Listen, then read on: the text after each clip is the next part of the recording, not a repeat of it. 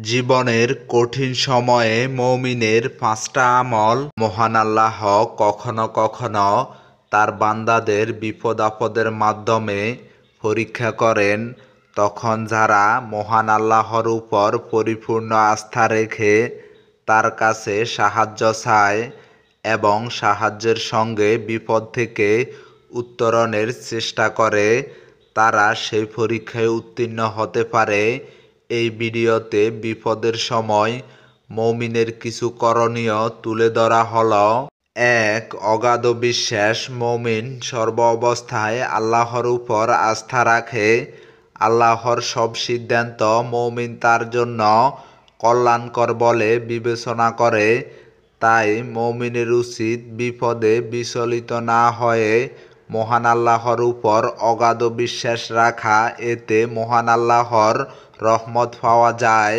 পবিত্র কোরআনে ইরশাদ হয়েছে, যখন তারা বিপদে পতিত হয় তখন বলে, নিশ্চয় আমরা আল্লাহর জন্য এবং আমরা সবাই তারই সান্নিধ্যে ফিরে যাব।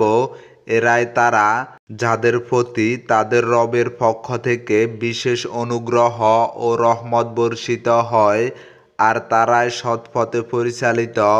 সূরা বাকারা আয়াত নাম্বার ১৫৬-১৫৭। ২. ধৈর্য ধারণ করা। বিপদে ধৈর্য না হারিয়ে আল্লাহর উপর পূর্ণ আস্থা রেখে ঠান্ডা মাথায় তা থেকে উত্তরণের পথ বের করতে হবে। পবিত্র কোরআনে মহান আল্লাহ ধৈর্যশীলদের সফল কাম বলেছেন। ইরশাদ হয়েছে, আজ আমি তাদেরকে তাদের ধৈর্যের কারণে এমন প্রতিদান দিয়েছি যে তারাই সফল কাম। সূরা মুমিনুন আয়াত নাম্বার ১১১।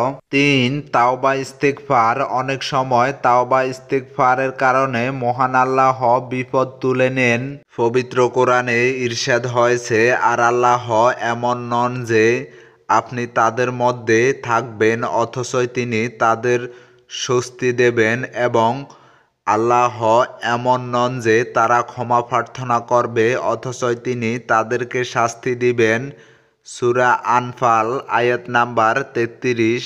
অর্থাৎ কোন জাতির মধ্যে তাদের নবী উপস্থিত থাকলে যেমন মহান আল্লাহ আযাব দেন না, তেমনি কোন জাতি যখন তাওবায় লিপ্ত হয়ে যায় তখন মহান আল্লাহ তাদের শাস্তি দেন না। ৪. তাকওয়া অবলম্বন করা।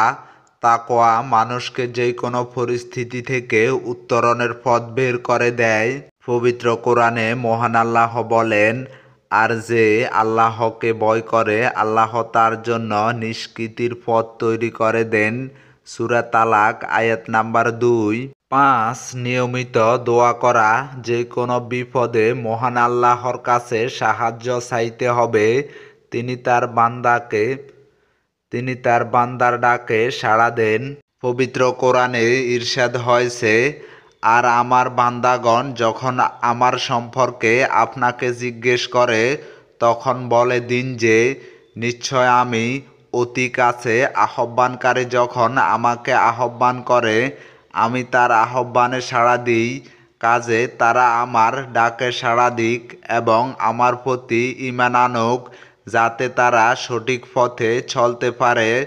সূরা বাকারা আয়াত নাম্বার ১৮৬। মহান আল্লাহ সবাইকে দুনিয়া ও আখিরাতে নিরাপত্তা দান করুন। আমিন।